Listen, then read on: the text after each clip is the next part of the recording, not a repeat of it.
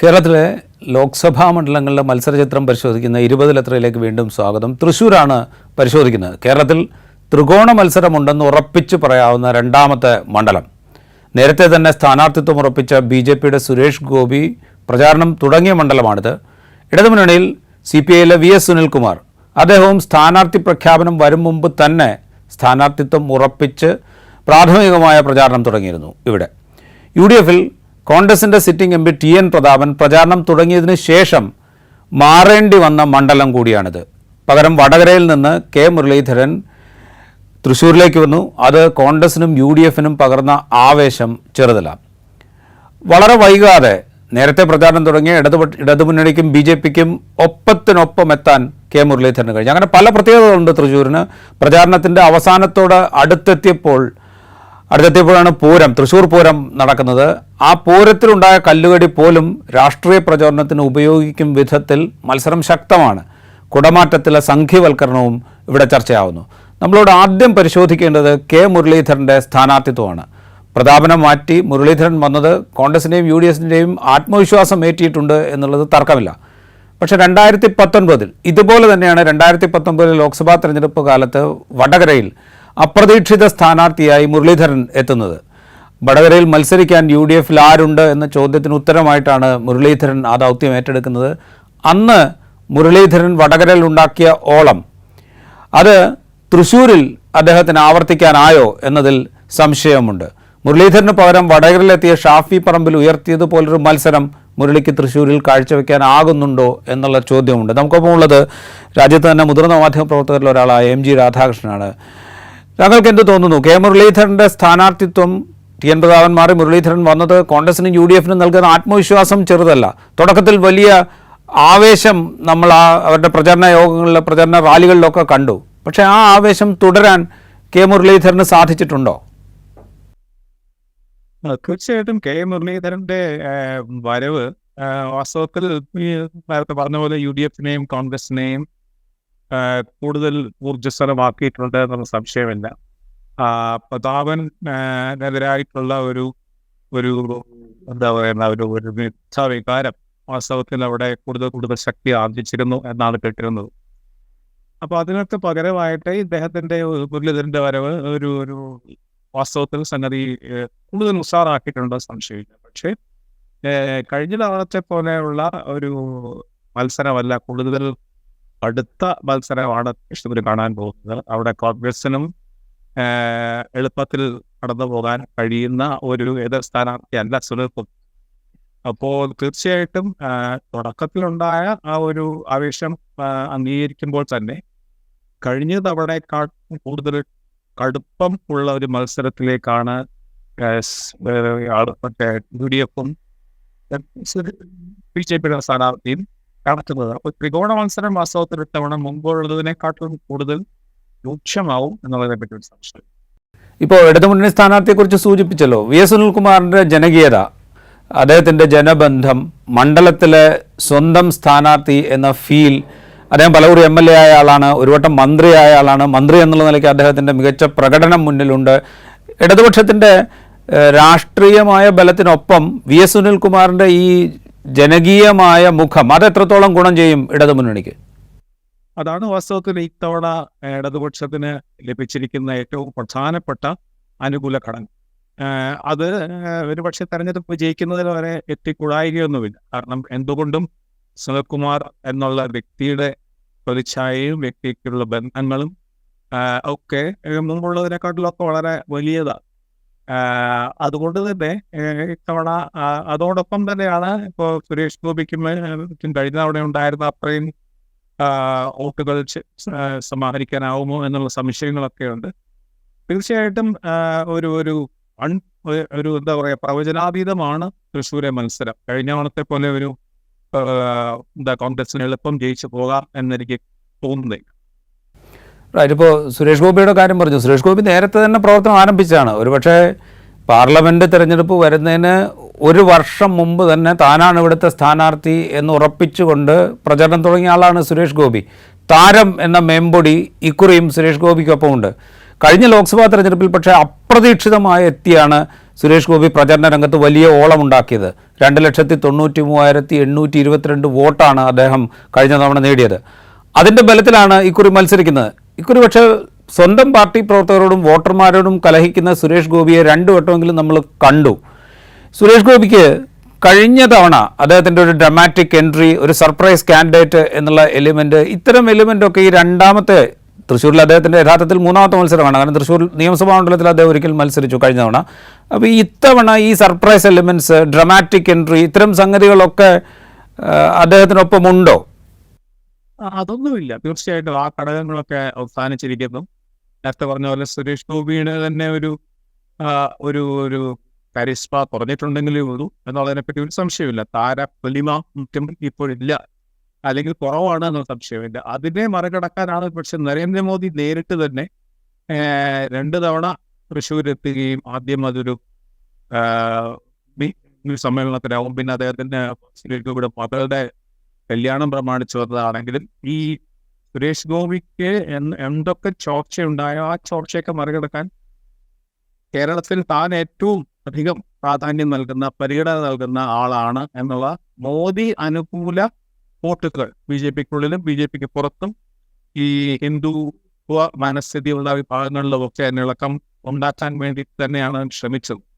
അത് വാസ്തവത്തിൽ സുരേഷ് ഗോപിക്ക് ഉണ്ടാവുന്ന കുറവുകളെ ഒരു പരിധിവരെ പരിഹരിക്കാൻ ചിലപ്പോൾ സഹായിച്ചേക്കും. പക്ഷെ എന്നാലും കഴിഞ്ഞ തവണ ഉണ്ടായ പോലെയുള്ള ഒരു മുന്നേറ്റം സുരേഷ് ഗോപിക്ക് ഉണ്ടാവും എന്ന് ഉള്ള സൂചനകളൊന്നുമില്ല എന്നാണ് എനിക്ക് തോന്നുന്നത്. ഇപ്പോൾ സൂചിപ്പിച്ചതുപോലെ തന്നെ നരേന്ദ്രമോദി തെരഞ്ഞെടുപ്പ് പ്രഖ്യാപിക്കുന്നതിന് മുമ്പ് 2 വട്ടം വന്നു. തൃശ്ശൂരിലൊരു റോഡ് ഷോ, പിന്നെ സുരേഷ് ഗോപിയുടെ മകളുടെ കല്യാണം. അതിനുശേഷം ആലത്തൂർ മണ്ഡലത്തിലെ കുന്നംകുളത്താണെങ്കിലും അദ്ദേഹം ഒരു തെരഞ്ഞെടുപ്പ് റാലിയിൽ പങ്കെടുത്തു. അതും തൃശ്ശൂരിന് ലക്ഷ്യമിട്ടുള്ള റാലിയായിരുന്നു. ഇപ്പോൾ ഈ മോദി ഫാക്ടർ ഒരുപക്ഷെ ഈ BJP അനുഭാവ വോട്ടുകൾ അല്ലെങ്കിൽ അങ്ങോട്ട് ചായാനിടയുള്ള വോട്ടുകളെ സുരേഷ് ഗോപിയിലേക്ക് എത്തിക്കാൻ സഹായിച്ചേക്കാം. പക്ഷേ മോദിയുടെ സന്ദർശനം ഒരുപക്ഷെ രാഷ്ട്രീയമായുള്ള വോട്ടുകളെ കുറെ കൂടെ കൺസോൾഡേറ്റ് ചെയ്യാൻ, സുരേഷ് ഗോപിക്ക് എതിരായിട്ട് കൺസോൾഡേറ്റ് ചെയ്യാൻ അതിനുള്ളൊരു സാധ്യത കൂടിയില്ലേ? തീർച്ചയായിട്ടും വളരെ ശരിയാണ്. കാരണം ഇങ്ങനത്തെയുള്ള കാര്യങ്ങൾക്കൊക്കെ അതിനൊരു ഇരുതല മൂർച്ചയുള്ള സ്വഭാവമുണ്ട്. അതിന് ഈ പറഞ്ഞ ഒരു വശത്ത് ഒരു പോളറൈസേഷൻ ആവുമ്പോൾ, പോളറൈസേഷൻ എന്ന് പറഞ്ഞാൽ തന്നെ ധ്രുവീകരണമാണ്. സ്വാഭാവികമായിട്ട് അതിൻ്റെ ഒരു സ്വാഭാവികമായിട്ടുള്ള ഒരു സംഭവമാണ്, സംഗതിയാണ്. അതിനൊപ്പം മറുവശത്തും അതൊരു എതിർഫലം ഉണ്ടാക്കുക. അപ്പൊ ആ രീതിയിൽ തീർച്ചയായിട്ടും മോദി വിരുദ്ധ ബാക്കിയുണ്ടെങ്കിൽ അതിനെ കൂടുതൽ ശക്തമാക്കാൻ മോദി അനുഭാവം അല്ലെങ്കിൽ മോദിയോട് അനുകൂല സ്വഭാവം അല്ലെങ്കിൽ അനുകൂല വികാരമുള്ളവരിൽ അത് ശക്തിയാക്കാനും ഒക്കെ അതിന് കഴിഞ്ഞിട്ടുണ്ട് എന്നുള്ളത്. പക്ഷെ ഇതെല്ലാം എനിക്ക് തോന്നുന്നത് എല്ലാ തെരഞ്ഞെടുപ്പിൽ ഇതെല്ലാം ചെറിയ ഘടകമാണെങ്കിൽ അതിന് അതിൻ്റെതായ സംഭാവന ചെയ്യാൻ കഴിയും. പക്ഷേ താരതമ്യേന കേരളത്തിലെ ഒരു തെരഞ്ഞെടുപ്പിൽ മോദിക്ക് അല്ലെങ്കിൽ തന്നെ ഉണ്ടായിരിക്കുന്ന ഒരു വലിയ അനുഭാവമുണ്ട്. ആ മനസ്സുള്ളവർക്ക്, മോദിക്കെതിരായിട്ടുള്ള വികാരമുള്ളവർക്ക് അതുമുണ്ട്. അപ്പോൾ അതിനെ കൂടുതൽ രൂക്ഷമാക്കാൻ ഉള്ളത് ഒരു ചെറിയ 0.5%, 1% എന്നുള്ളതാണ്. അത് ഒഴിവാക്കിയാൽ നമ്മുടെ പരമ്പരാഗതമായിട്ടുള്ള രാഷ്ട്രീയ സമവാക്യങ്ങൾ തന്നെയായിരിക്കും അവിടെ പ്രകടമാവുക. ചെറിയ തോതിൽ ഇതെല്ലാം ഉണ്ടാവും. പക്ഷെ അതിനെ ഈ പറഞ്ഞ പോലെ ന്യൂട്രലൈസ് ചെയ്യാൻ മറുവശത്ത് ഒരു ഘടകമുണ്ട് എന്നുള്ളത് സത്യം. ഇപ്പോൾ നമ്മൾ നേരത്തെ VS സുനിൽകുമാറിൻ്റെ ജനബന്ധത്തെക്കുറിച്ച്, അദ്ദേഹത്തിൻ്റെ പ്രതിച്ഛായയെക്കുറിച്ച്, മന്ത്രി എന്നുള്ള നിലയ്ക്ക് അദ്ദേഹം നടത്തിയ പ്രകടനത്തിന് ലഭിക്കാവുന്ന വെയിറ്റേജിനെ കുറിച്ചൊക്കെ സംസാരിച്ചു. പക്ഷേ ഇവിടെ ഇടതുമുന്നണിക്കും പ്രത്യേകിച്ച് CPM-നും പ്രതികൂല ഘടകങ്ങൾ ചെറുതല്ലാതെയുണ്ട്. ഇപ്പോൾ കരുവന്നൂർ സഹകരണ ബാങ്കിലെ തട്ടിപ്പ്, അതിൽ CPM പ്രാദേശിക നേതാക്കൾക്കുള്ള പങ്ക്, ജില്ലാ സംസ്ഥാന നേതാക്കൾക്ക് പങ്കുണ്ടെന്നും കള്ളപ്പണം ഉണ്ടാക്കി എന്നുള്ള EDയുടെ ആരോപണം, അതിനെക്കുറിച്ചുള്ള അന്വേഷണം, ഇത് ഇടതുമുന്നണിയും VS സുനിൽകുമാറിനെയും എത്രത്തോളം പ്രതിരോധമാക്കും എന്ന ചോദ്യമുണ്ട്. പ്രചാരണം തുടങ്ങിയതിന് ശേഷമാണ് CPIM തൃശ്ശൂർ ജില്ലാ കമ്മിറ്റിയുടെ ഒരു ബാങ്ക് അക്കൗണ്ട് മരവിപ്പിച്ചത്. ഇതൊക്കെ VS സുനിൽകുമാറിന്, കാരണം താഴെത്തട്ടിലുള്ള വോട്ടർമാരെ വലിയ തോതിൽ സ്വാധീനിക്കാനിടയുള്ള വിഷയമാണ്. ഇത് സുനിൽകുമാറിനും ഇടതുമുന്നണിക്കും മുമ്പിലുണ്ടാക്കുന്ന വെല്ലുവിളി അത് എത്ര വലുതാണ്? തീർച്ചയായിട്ടും അതൊരു ഗുരുതരമായ പ്രശ്നം തന്നെയാണ്. സുനിൽകുമാറിന് നേരത്തെ നമ്മൾ സംസാരിച്ചപ്പോൾ നമ്മൾ പറഞ്ഞ അനുകൂല ഘടകങ്ങളെ ഓഫ്സെറ്റ് ചെയ്യാനുള്ള, നേരത്തെ മോദിയുടെ കാര്യം പറഞ്ഞുകൊണ്ട് ഉള്ള ഇപ്പുറത്തെ ഇതാണ്. കാരണം കഴിഞ്ഞ തെരഞ്ഞെടുപ്പിന് ശേഷം വാസ്തവത്തിൽ ഇടതുപക്ഷത്തിന് തൃശ്ശൂരിൽ ഉണ്ടാക്കിയിരിക്കുന്ന ഒരു വെല്ലുവിളി ഈ ബാങ്കിലുണ്ടായിരിക്കുന്ന ഈ സാമ്പത്തിക ക്രമക്കേടുകൾ തന്നെയാണ്.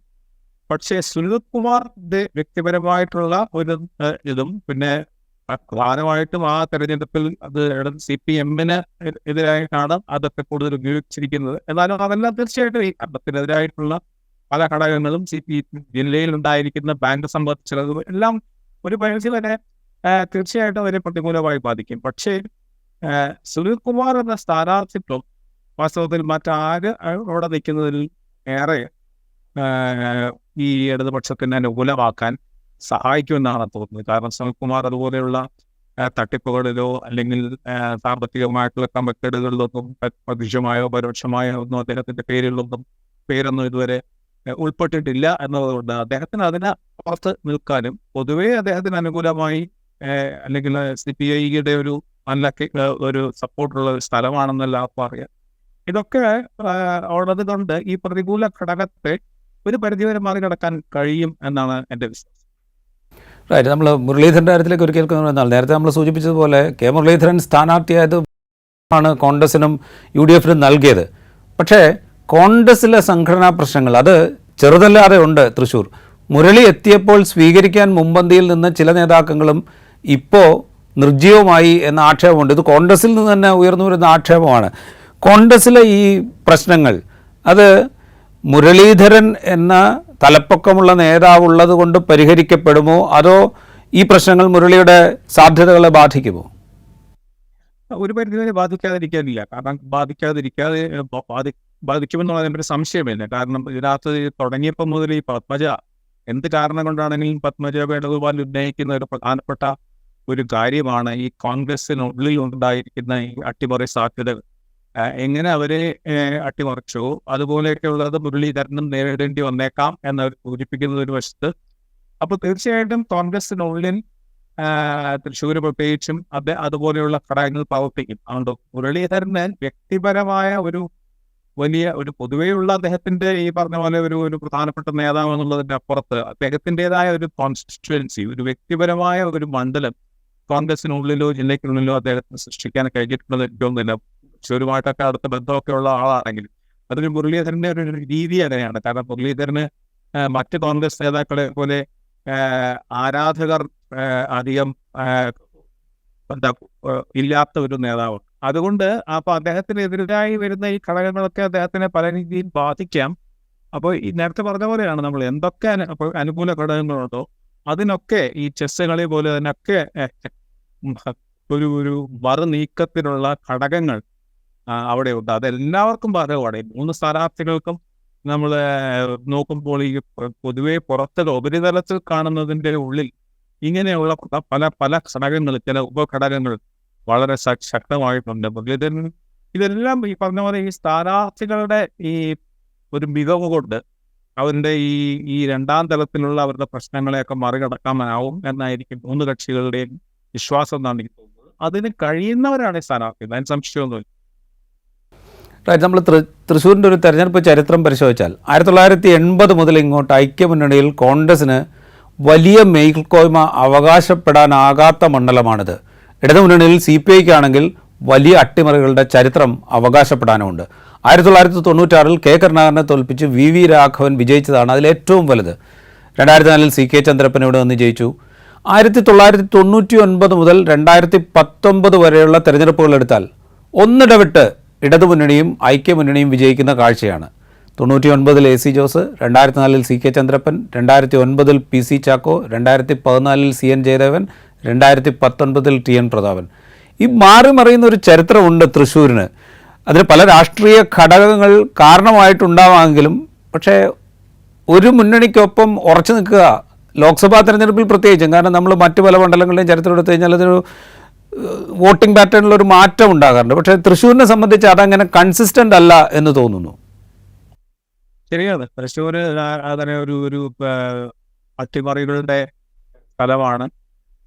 അതേസമയം CPI-ക്ക് ഒരുപക്ഷെ കേരളത്തിൽ ഏറ്റവും എന്താ പറയുക ഒരു ശക്തി തെളിയിച്ച ഒരു മണ്ഡലമാണ്. അതുകൊണ്ട് എന്തൊക്കെ പ്രശ്നങ്ങൾ ഉണ്ടായാലും അവർക്ക് അവിടെ ഒരു കൃത്യമായ ഒരു ഫിക്സ്ഡ് വോട്ട് ബാങ്ക് അവർക്ക് അനുകൂലമായിട്ട് സംശയമില്ല. അതാണ് പലപ്പോഴും പിന്നെ ഓരോ തെരഞ്ഞെടുപ്പിലും ഉണ്ടാവുന്ന അതാത് സമയത്തുണ്ടാവുന്ന ഘടകങ്ങളാണ് വാസ്തവത്തിൽ ജയപരാജയങ്ങളെ നിർണയിക്കാറുള്ളത്. അതുകൊണ്ട് ഇത്തവണ അങ്ങനെ ഒരു ഒരു ഒരു വളരെ ഡ്രമാറ്റിക് ആയിട്ടുള്ള നാടകീയമായിട്ടുള്ള എന്തെങ്കിലും അവിടെ തൃശ്ശൂർ ഉണ്ടെന്ന് എനിക്ക് തോന്നുന്നില്ല. കാരണം സുരേഷ് ഗോപിയുടെ കഴിഞ്ഞ തവണ രാജീവ് പറഞ്ഞ പോലെ കഴിഞ്ഞ തവണ സുരേഷ് ഗോപി ഒരു സർപ്രൈസ് സ്ഥാനാർത്ഥിത്വം തൃശ്ശൂരിൽ ഉണ്ടാക്കി എന്നുള്ളത് ശരിയാണ്. പക്ഷേ ബാക്കിയല്ല. അങ്ങനെ നോക്കുമ്പോൾ ഈ തൃശ്ശൂരിന്റെ പരമ്പരാഗതമായ രാഷ്ട്രീയ ബന്ധങ്ങൾക്കപ്പുറത്ത് പിന്നെ മത ജാതി സമവാക്യങ്ങളിൽ എന്തെങ്കിലും രീതിയിലുള്ള മാറ്റങ്ങൾ സമീപകാലത്തുണ്ടോ എന്നുള്ളത് നോക്കേണ്ടതാണ്. തൃശ്ശൂര് ന്യൂനപക്ഷങ്ങളിൽ തന്നെ ക്രിസ്ത്യാനികൾക്ക് ഒരു കാര്യമായ സാന്നിധ്യമുള്ള മണ്ഡലമാണ്. അവിടെ എങ്ങനെയാണ് ഈ മുരളീധരനും അതിൽ BJP നടത്തിയിരിക്കുന്ന ചില നീക്കങ്ങൾ ഫലമായിട്ട് എന്താണ് ഉണ്ടാവുക, സുനിൽകുമാറിന് അവിടെയൊക്കെ ഉള്ള ബന്ധങ്ങൾ അദ്ദേഹത്തിന് അനുകൂലമായി വരും എന്നുള്ളതൊരു വളരെ നിർണായകമാകാൻ പോകുന്ന ഒരു കാര്യം അവിടുത്തെ ന്യൂനപക്ഷ വോട്ടായിരിക്കും. റൈറ്റ്. ഇതിൽ നിന്ന് തന്നെ വരാം. ഇപ്പോൾ സമുദായ പ്രാതിനിധ്യം നമ്മൾ പരിശോധിച്ച് കഴിഞ്ഞാൽ തൃശ്ശൂർ മണ്ഡലത്തിൽ ക്രിസ്തുമത വിശ്വാസികളുടെ വോട്ട് എന്ന് പറയുന്നത് ഏതാണ്ട് 24% വരും. മുസ്ലിങ്ങളുടേത് ഒരു 17%. താങ്കൾ സൂചിപ്പിച്ച പോലെ ഈ വോട്ടർമാർ എങ്ങനെ ചിന്തിക്കുന്നു എന്നതാകും ഫലം നിർണ്ണയിക്കുക. ശക്തമായ മത്സരം നടക്കുമ്പോൾ ഏതെങ്കിലും ഒരു പക്ഷത്തേക്ക് ഈ വോട്ടുകൾ ചായാനുള്ളൊരു സാധ്യത അത് കൂടുതലല്ലേ? വാസ്തവത്തിൽ അങ്ങനെയാണോ സംഭവിക്കുന്നത് എനിക്ക് സംശയമാണ്. കാരണം തൃശ്ശൂർ എപ്പോഴും ഈ പറഞ്ഞ പോലെ തൃശ്ശൂരിലെ സഭകൾ ഒക്കെ വളരെ ശക്തമാണ്, വളരെ ആർട്ടിക്കുലേറ്റ് ആയിട്ടുള്ളതാണ് സഭാ നേതൃത്വം. അവിടെ പലപ്പോഴും ഈ സിറോ മലബാർ സഭയുടെ ഏറ്റവും ശക്തമായ കേന്ദ്രങ്ങളിലൊന്നാണ്. അത് സാമ്പത്തികമായിട്ടാണെങ്കിലും ഏറ്റവും കൊച്ചി കഴിഞ്ഞാൽ ഒരുപക്ഷെ ഏറ്റവും സമ്പന്നമായിട്ടുള്ള ഒരു രൂപതയാണ് അവിടെയുള്ളത്. ഒരുപാട് സ്ഥാപനങ്ങൾ, പ്രധാനപ്പെട്ട ബാങ്കുകളുമായിട്ടുള്ളൊക്കെ ഡയറക്റ്റ് ബന്ധം, ഇതെല്ലാം ഉള്ളതുകൊണ്ട് വളരെ ശക്തമാണ് അത്. പക്ഷേ അതേ സമയത്ത് അവർ രാഷ്ട്രീയ കാര്യങ്ങളിലും ഒരു തൃശ്ശൂരിലെ പറഞ്ഞ പോലെ ഈ കത്തോലിക്ക രൂപതകൾ പ്രത്യേകിച്ചും വളരെ വളരെ പലപ്പോഴും വളരെ മോഡേൺ ആയിട്ടുള്ള പല നീക്കങ്ങൾക്കും അവർക്ക് മടിയില്ലാത്ത സഭയാണ്. പക്ഷെ ആദ്യം ഇവിടെ ഒരു ടെലിവിഷൻ രംഗത്ത് ഇറങ്ങാൻ തീരുമാനിച്ച ഒരു സഭയാണത്. അതിൽ അവിടുത്തെ പിതാവിൻ്റെയൊക്കെ വലിയ തോതിലുള്ള, അതേ സമയത്ത് ബാങ്ക്, സൗത്ത് ഇന്ത്യൻ ബാങ്കിൻ്റെയും മറ്റും പ്രധാനമായിട്ടുള്ള ഷെയർ മത്സരത്തിലും കാത്തലിക് സിറിയൻ ബാങ്കിൻ്റെ കാര്യത്തിൽ ഇതിലൊക്കെ ഷെയർ ഓഹരി മത്സരങ്ങളിലൊക്കെ സജീവമായി പങ്കാളിയാവുക, ഇതൊക്കെ നടത്തിയിട്ട് ഒരു സാധാരണ പരമ്പരാഗതമായ രീതിയിൽ പ്രവർത്തിക്കുന്ന സഭകളിൽ നിന്ന് വ്യത്യസ്തമായിട്ട് വളരെ കോർപ്പറേറ്റ് ആയിട്ടുള്ള, അതുപോലെ ഏറ്റവും പ്രധാനപ്പെട്ട ചില കോർപ്പറേറ്റ് ബിസിനസ് രംഗത്ത്, അതായത് ഓർഗാനിക് കൃഷി, അതിൻ്റെ വ്യവസായം, ഇങ്ങനെ വളരെ ഒരു കോർപ്പറേറ്റ് സ്വഭാവം കൂടെ ഉള്ളതാണ്. അതുകൊണ്ട് തന്നെ അവര് ഈ പരമ്പരാഗതമായിട്ടുള്ള വൈകാരിക ഘടനകൾക്കപ്പുറത്ത് വളരെ പ്രായോഗികമായിട്ടുള്ള, വളരെ പ്രഗ്മാറ്റിക് ആയിട്ടുള്ള ചില രീതികളൊക്കെ അവലംബിക്കാറ്. അതുകൊണ്ട് തന്നെയാണ് ആർക്കും ഈ സഭയുടെ വോട്ട് ഉറപ്പായിട്ട് നമുക്ക് കിട്ടും എന്ന് വിശ്വസിക്കാൻ ആർക്കും കഴിയും. പക്ഷെ ആർക്കും ലഭിക്കാനും സാധ്യതയുണ്ട്. അവിടെ ഇപ്പോൾ BJP ആയതുകൊണ്ട് ഞങ്ങൾ ഹിന്ദു മത മൗലികവാദികളായിട്ട് അവർക്ക് വോട്ട് ചെയ്യേണ്ട എന്നുള്ള വിചാരവും, അല്ല കമ്മ്യൂണിസ്റ്റുകാരായിട്ട് അവർക്ക് വോട്ട് ചെയ്യേണ്ട എന്ന വിചാരം, അവർക്ക് അവരുടെ വളരെ കൃത്യമായിട്ടുള്ള വളരെ പ്രായോഗികമായിട്ടുള്ള തീരുമാനങ്ങൾ എടുക്കുന്ന ഒരു സവിശേഷതകളുള്ള ഒരു ക്രിസ്തീയ സഭയും സമുദായവുമാണ് തൃശ്ശൂരുള്ളത്. വളരെ ബിസിനസ് രംഗത്തൊക്കെ ഏറ്റവും ഗംഭീരമായ പ്രകടനം കാഴ്ചവെച്ചിട്ടുള്ളത്. അതുകൊണ്ട് അതിൻ്റെ വ്യത്യാസമൊക്കെ അവിടെ പലപ്പോഴാണ്. അതുകൊണ്ടാണ് ആർക്കും ഒരു ടേക്കൺ ഫോർ ഗ്രാൻഡഡ് എന്നുള്ള അവസ്ഥ സഭ അവിടെ ഒരിക്കലും വഴങ്ങാത്തി. അതുകൊണ്ട് ഇത്തവണ എങ്ങനെയാണ് സംഭവിക്കുന്നത് എന്ന് പറയാൻ പ്രയാസമാണ്. അതുകൊണ്ടാണ് 96-ലും മറ്റും കരുണാകരനെ പോലെ തോൽപ്പിക്കണമെങ്കിൽ അങ്ങനത്തെ ഘടകങ്ങൾക്കൊക്കെ വളരെ പ്രധാനമായ സ്വാധീനമുണ്ട്. അത് മറ്റു സ്ഥലങ്ങളിൽ നിന്ന് വ്യത്യസ്തമാണ് അവിടുത്തെ ക്രിസ്തീയ നേതൃത്വം. ഈ ക്രിസ്തീയ വിഭാഗങ്ങളിലേക്ക് കടന്നു കയറാൻ, അവരിൽ സ്വാധീനം ഉറപ്പിക്കാനായിട്ട് BJP വലിയ ശ്രമം നടത്തിയിരുന്നു. തൃശ്ശൂരിനെ സംബന്ധിച്ചൊരു പ്രത്യേകതയുള്ളത് സുരേഷ് ഗോപി നേരിട്ട് ഇതിന് മുന്നിട്ടിറങ്ങി എന്നുള്ളതാണ്. ഇപ്പോൾ ലൂർദ് മാതാവിന് സമർപ്പിച്ച കിരീടം അത് സ്വർണ്ണമാണോ മുക്കാണോ എന്നുള്ള തർക്കം അവിടെ മാറ്റിവെക്കാം. പക്ഷേ ആ കിരീട സമർപ്പണം ഒരു ബന്ധമുണ്ടാക്കാനുള്ളൊരു ശ്രമമാവുന്നു. തൃശ്ശൂരിലെ ക്രൈസ്തവ വോട്ടുകളിലേക്ക് അതിൽ കുറച്ചെങ്കിലും സ്വന്തമാക്കാനുള്ള ഒരു സുരേഷ് ഗോപിയുടെ ശ്രമം, അത്തരം ശ്രമങ്ങൾ സുരേഷ് ഗോപിയെ, ഞാൻ BJP അല്ല പറയുന്നത്, സുരേഷ് ഗോപിയെ സഹായിക്കാനുള്ളൊരു സാധ്യതയുണ്ട്. സുരേഷ് ഗോപി കൃത്യമായ നീക്കങ്ങളാണ് നടത്തുന്നതെങ്കിൽ അവിടുത്തെ സഭാ നേതൃത്വങ്ങളുമായി ഒരു ധാരണ, പരസ്പരം കൊടുക്കൽ വാങ്ങൽ സംബന്ധിച്ചൊരു ധാരണ ഉണ്ടാക്കിയിട്ടുണ്ടെങ്കിൽ, അങ്ങനെ വളരെ കൃത്യമായ ഒരു കോൺക്രീറ്റ് ആയിട്ടുള്ള ചില ഉടമ്പടികൾ തയ്യാറാക്കിയിട്ടുണ്ടെങ്കിൽ ഈ സഭയിലെ ഒരു വിഭാഗത്തിനെങ്കിലും, തീർച്ചയായിട്ടും സമുദായം മുഴുവനല്ല, സഭയിലെ ഒരു വിഭാഗമെങ്കിലും അതിന് അനുകൂലമായിട്ട് ചിന്തിച്ചു കൂടായികയൊന്നുമില്ല. പക്ഷെ അതൊക്കെ ചെയ്തിട്ടുണ്ടോ ഇല്ലയോ എന്നുള്ളതിനെപ്പറ്റി ഒരു ഒരു സ്വർണമാണോ ചെമ്പാണോ എന്ന് തിരിച്ചറിയാൻ പറ്റാത്ത ഒരു ഒരു ഒരു കിരീടം കൊണ്ടും മറ്റും തൃശ്ശൂര് രൂപതകളെയോ സഭയെയോ മറ്റോ പറ്റിച്ചു കളയാമെന്നൊന്നും വിചാരിച്ചാൽ അത് നടക്കില്ലെന്ന് മാത്രം. റൈറ്റ്. ഈ ലോക്സഭാ മണ്ഡലത്തിൻ്റെ ഭാഗമായ ഗുരുവായൂർ, മണലൂർ, ഒല്ലൂർ, തൃശ്ശൂർ, നാട്ടിക, ഇരിങ്ങാലക്കുട, പുതുക്കാട് 7 നിയമസഭാ മണ്ഡലങ്ങൾ. ഈ നിയമസഭാ മണ്ഡലങ്ങളിലെല്ലാം 2021 ഇടതുമുന്നണിയാണ് വിജയിച്ചത്. പല മണ്ഡലങ്ങളിലും നല്ല ഭൂരിപക്ഷം ഇടതിനുണ്ട്. ഗുരുവായൂരിലടക്കമുള്ള മുസ്ലിം ന്യൂനപക്ഷങ്ങൾക്കിടയിൽ സ്വാധീനം വർദ്ധിപ്പിക്കാനും അവർക്കായിട്ടുണ്ട്. ഇതിനു പുറമെയാണ് ശക്തമായ സംഘടനാ സംവിധാനം, വി എസ് സുനിൽകുമാറിൻ്റെ പ്രതിച്ഛായ. ഇതൊക്കെ ഇപ്പോൾ നമ്മൾ നേരത്തെ പറഞ്ഞ പ്രതികൂല ഘടകങ്ങളുണ്ടല്ലോ, കരുവന്നൂർ അടക്കമുള്ളത്, ഭരണത്തിനെതിരായ വികാരമുണ്ടാക്കുന്ന പ്രശ്നങ്ങൾ, ഇതിനൊക്കെ മറികടക്കാൻ ഈ പറഞ്ഞ ഘടകങ്ങൾ കൊണ്ട് ഇടതുമുന്നണിക്ക് സാധിക്കുമോ? ഒരു പരിധിവരെ സാധിക്കണം. കാരണം ഇത് പല മണ്ഡലങ്ങളിലും നമ്മളിപ്പോൾ കാണുന്നതാണ്. ഈ മുസ്ലിം ന്യൂനപക്ഷത്തിനുള്ളിൽ ഇടതുപക്ഷത്തിന്, പ്രത്യേകിച്ച് CPM-നുണ്ടായിരിക്കുന്ന ഒരു പുതിയ സ്വീകാര്യത, അത് അതിനെ ഒരു വർഗീയ എന്താ പറയുന്ന ഒരു തരം പ്രീണനം എന്നുള്ള രീതിയിലല്ല അത് കാണേണ്ടത്. തീർച്ചയായിട്ടും ഇന്ത്യയിലുള്ള പുതിയ രാഷ്ട്രീയ സാമൂഹ്യ മാറ്റങ്ങൾക്കനുസരിച്ച് അതിൻ്റെ ഒപ്പം സ്വാഭാവികമായിട്ടും മതത്തിനെ എങ്ങനെയൊക്കെ ബുദ്ധിപൂർവ്വം ഉപയോഗിക്കാം എന്നുള്ള കളികളൊക്കെ അതിനകത്ത് ഉണ്ടായിരിക്കണം. പക്ഷേ ഇത് കേരളത്തിൽ ഇന്നിപ്പം എല്ലാ മണ്ഡലങ്ങളിലും ചിലയിടങ്ങളിൽ അത് വളരെ എന്താ പറയുക ശ്രദ്ധായമാനമായിട്ട് നമുക്കറിയാവുന്ന പോലെ സമസ്തയിൽ ഉണ്ടായിരിക്കുന്ന ഈ വലിയ പൊട്ടിത്തെറിയൊക്കെ അതിൻ്റെ സൂചനകളാണ്. പക്ഷെ വളരെ നിശബ്ദമായെങ്കിലും, അത്രയൊന്നും ശബ്ദായമാനമാവാതെ തന്നെ, അത്രയും വാചാലമാകാതെ തന്നെ ഈ മുസ്ലിം ന്യൂനപക്ഷത്തിനുണ്ടായിരിക്കുന്ന ഒരു പുതിയ അനുകൂല ഘടകം ഇടതുപക്ഷത്തിന്, CPM-നും വളരെയധികം അനുകൂലമാണ് എന്നുള്ളതിനെ പറ്റി ഒരു സംശയമില്ല. അത് തൃശ്ശൂർ പറഞ്ഞ പോലെ തൃശ്ശൂർ വളരെ പറഞ്ഞ മണ്ഡലങ്ങളിലൊക്കെ വളരെ വലിയ സാന്നിധ്യമുള്ള ഒരാണ്. ഇതിനൊക്കെ പുറമേ ഒരു വളരെ പുരോഗമന സ്വഭാവമുള്ള ഒരു ഭാഗങ്ങൾ ഇപ്പോൾ തൃശ്ശൂർ എന്ന് പറഞ്ഞാൽ നമുക്കിപ്പോൾ മുഹമ്മദ് അബ്ദുൾ റഹ്മാൻ്റെയൊക്കെ അങ്ങനെയുള്ള ഒരുപാട് ഘടകങ്ങളുണ്ട് അവിടെ. അതുകൊണ്ട് അതെനിക്ക് തോന്നുന്ന ഒരു വലിയ പരിധി വരും. പിന്നെ ലീഗിന് താരതമ്യേന സ്വാധീനം കുറഞ്ഞ ഒരു സ്ഥലമാണ്. അതൊക്കെ കാരണം എനിക്ക് തോന്നുന്ന മുസ്ലിം വിഭാഗത്തിൽ തീർച്ചയായിട്ടും കൂടുതൽ പ്രതീക്ഷ അർപ്പിക്കാവുന്നത്. മുരളീധരന് വ്യക്തിപരമായ സ്വാധീനമുണ്ട്, ലീഗിനെ കൊണ്ട് അത് കൂടുതൽ ഫലപ്രദമായി സമാഹരിക്കാനും കഴിഞ്ഞേക്കും. എന്നാലും തൃശ്ശൂർ മുസ്ലിം വിഭാഗത്തിന്റെ ഒരു ഭൂരിപക്ഷ പിന്തുണ ഇക്കുറി ഇടതുപക്ഷത്തിനാവും എന്നാണ് എൻ്റെ ഒരു കണക്കുകൂട്ടൽ. റൈറ്റ്. ഈ BJP പ്രധാനമായും ലക്ഷ്യമിടുന്ന വോട്ടുകൾ എന്ന് പറയുന്നത് അപ്പർ കാസ്റ്റ് ഹിന്ദു വോട്ടുകൾ, ഒപ്പം ക്രിസ്ത്യ വിഭാഗത്തിലെ സമ്പന്ന വിഭാഗത്തിലെ വോട്ടുകൾ, ഇതൊക്കെ ആയിരിക്കും BJP അധികമായി അവരുടെ പെട്ടിയിലേക്ക് കൊണ്ടുവരാൻ ഉദ്ദേശിക്കുന്ന വോട്ടുകൾ. അത് സംഭവിച്ചാൽ അത് UDF-ന് പ്രതികൂലമാകാനുള്ളൊരു സാധ്യതയുണ്ട്. ഇപ്പോൾ കഴിഞ്ഞ നിയമസഭാ തെരഞ്ഞെടുപ്പിൽ തൃശ്ശൂരിൽ പത്മജ വേണുഗോപാൽ തോക്കുമ്പോൾ അത് സുരേഷ് ഗോപി പിടിച്ച വോട്ടുകളാണ് പത്മജയെ തോൽപ്പിച്ചതെന്ന് ഒരു വിലയിരുത്തലുണ്ട്.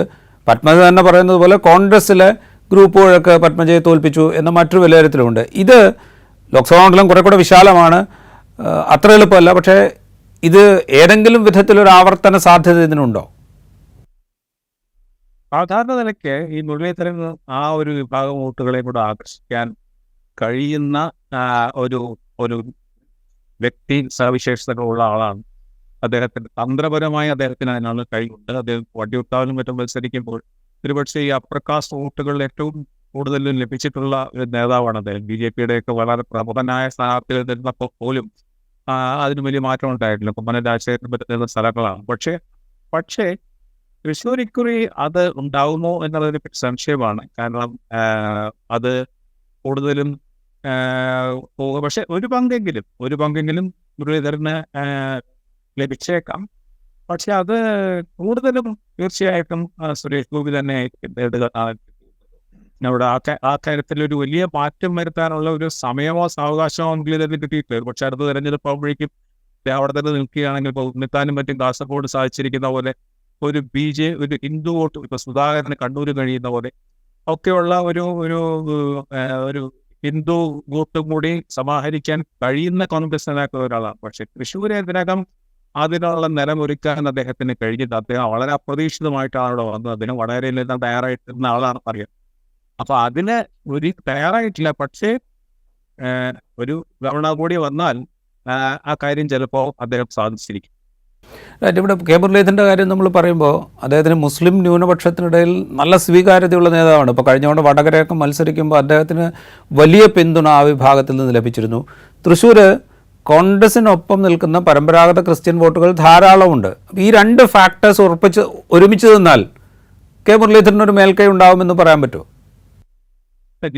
ക്രിസ്ത്യൻ ന്യൂനപക്ഷത്തിന്റെ ഒരു വലിയ വിഭാഗത്തിന്റെ വോട്ടുണ്ടാവും. പക്ഷെ മുസ്ലിം വിഭാഗത്തിൽ നിന്ന് അങ്ങനെ വലിയൊരു ഒരു പിന്തുണ അദ്ദേഹത്തിന് ലഭിക്കുമോ എന്നുള്ളതിനെ കുറിച്ച് എനിക്ക് ഉറപ്പില്ല.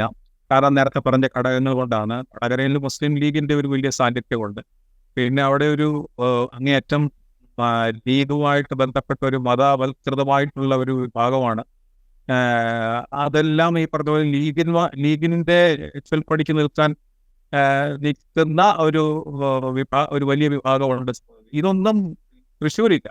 തീർച്ചയായിട്ടും മുരളീധരന്റെ വ്യക്തിപരമായി മുസ്ലിമിനെ അല്ലെങ്കിൽ മുസ്ലിം വിഭാഗങ്ങൾക്ക് ചിലപ്പോൾ സമ്മതനാവാം. പക്ഷേ അതൊരു പരിധിക്ക് അപ്പുറത്തൊരു വലിയ ഘടകമാവുന്ന തൃശ്ശൂര് മുരളീധരനെ അത് സഹായിക്കുമോ എന്നുള്ളത് പറ്റി എനിക്ക് അങ്ങനെ തോന്നുന്നില്ല. അത്രയധികം തോന്നുന്നില്ല. വടകരയിൽ അദ്ദേഹത്തിന് കിട്ടിയ പോലെയുള്ള ഒരു മുസ്ലിം പിന്തുണ തൃശ്ശൂർ അദ്ദേഹത്തിന് ലഭിക്കുമെന്ന് എനിക്ക് തോന്നുന്നു. തൃശ്ശൂർ നമ്മൾ അവസാനമായിട്ട് പരിശോധിക്കുമ്പോൾ ഇടത് ഐക്യ മുന്നണികൾ തമ്മിൽ ഒരു പ്രധാന മത്സരം നടക്കുന്നു. അതിനപ്പുറത്തേക്കൊരു സർപ്രൈസ് തൃശ്ശൂരിലുണ്ടാകാൻ സാധ്യതയുണ്ട്. തിരുവനന്തപുരത്തൊക്കെ സംഭവിച്ചതുപോലെ രണ്ടാം സ്ഥാനത്തേക്കുള്ള BJPയുടെ വരവ്, അതിനെന്തെങ്കിലും ഒരു സാധ്യത തൃശ്ശൂരുണ്ടോ? ഇത്തവണ അതിനുണ്ടാവുമെന്ന് എനിക്ക് തോന്നുന്നില്ല. രണ്ടാം സ്ഥാനം വീണ്ടും UDF തന്നെയായിരിക്കും നേടുക എന്നാണ് എനിക്ക് തോന്നുന്നത്. ഇതൊക്കെ പ്രധാനപ്പെട്ട കാരണം ഇത് തന്നെയാണ്. സുരേഷ് ഗോപിക്ക് കിട്ടാവുന്നതിന്റെ ഏറെക്കുറെ പരമാവധി വോട്ടുകളാണ് കഴിഞ്ഞ അവിടെ ലഭിച്ചത്. ഇനി അതിനപ്പുറത്ത് പോകാൻ ഈ പറഞ്ഞ ഒരു മോദിയുടെ ഒരു സന്ദർശനം കൊണ്ട് മാത്രം അതിന് കഴിയുമോ എന്നുള്ളത് കണ്ടെത്തേണ്ടിയിരിക്കുന്നു. മറുപക്ഷത്തെ സ്ഥാനാർത്ഥികൾ കൂടുതൽ ശക്തരായിരിക്കുന്നു. CPI, കോൺഗ്രസിന്റെ ആയാലും CPIയുടെ ആയാലും. ഇതെല്ലാം വെച്ച് നോക്കുമ്പോൾ BJP ഇത്തവണയും 3ാം സ്ഥാനത്തേക്ക് തന്നെ പോകുന്നതാണ് എൻ്റെ ഒരു വിലയിരുത്തൽ. റൈറ്റ്. എന്തായാലും പൊടിപൂരമാണ് തൃശ്ശൂരിൽ. സുരേഷ് ഗോപിയുടെ സ്ഥാനാർത്ഥിത്വത്തെക്കാൾ മുരളീധരൻ്റെ തൃശ്ശൂരിലേക്കുള്ള വരവാണ് ആ പൂരത്തിന് കൊഴുപ്പേറുന്നത്. ഫലത്തെ നിശ്ചയിക്കുന്നതും മുരളിയുടെ വരവാകും. മുരളിയെ വടകരയിൽ തുണച്ച മുസ്ലിം ലീഗിന് തൃശ്ശൂരിൽ കരുത്തത്ര പോരുന്നതാകും അദ്ദേഹം നേരിടുന്ന ഏറ്റവും വലിയ വെല്ലുവിളി. പിന്നെ ജനകീയനായ VS സുനിൽകുമാറിൻ്റെ സാന്നിധ്യവും.